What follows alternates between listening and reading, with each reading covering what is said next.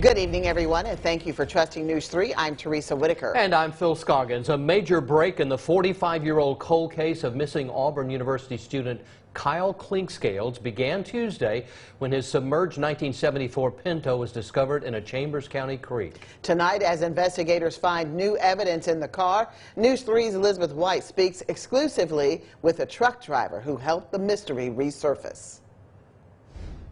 Between 140 and 600. Every day? Yes, well, 6 days a week.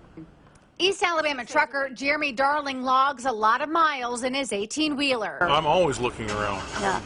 Driving a big, dangerous vehicle, I have my eye on the road and things that are near to the road that might get in it.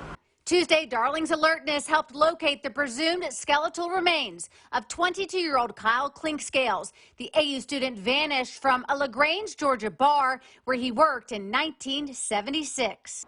I was driving to Lafayette to pick up a load, looked off the bridge, and I saw a piece of window sticking up out of the water, and it looked like it was still attached to a car.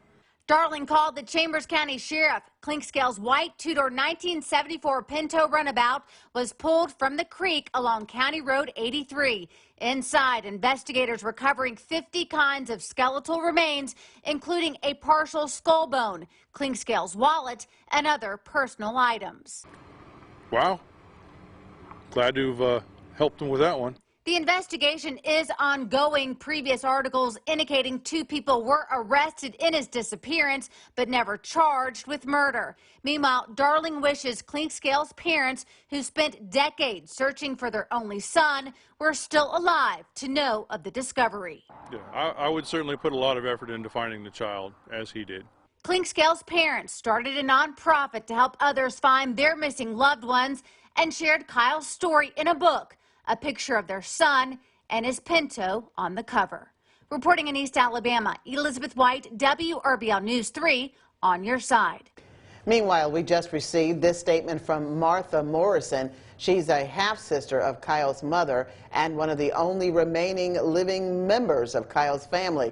It reads in part, quote, "On behalf of John, Louise, and Kyle Clinkscales and her sister's family, Dan and Martha Morrison, we are deeply emotional right now. We're grateful for this discovery. Now we all can hopefully have a long-awaited peaceful closure. We are looking forward to the affirmation that the remains found are truly Kyle's. Our hope is that we can finish what John and Louise worked so long for, simply knowing what happened to their son," end quote. For Martha's full statement, head over to WRBL.com.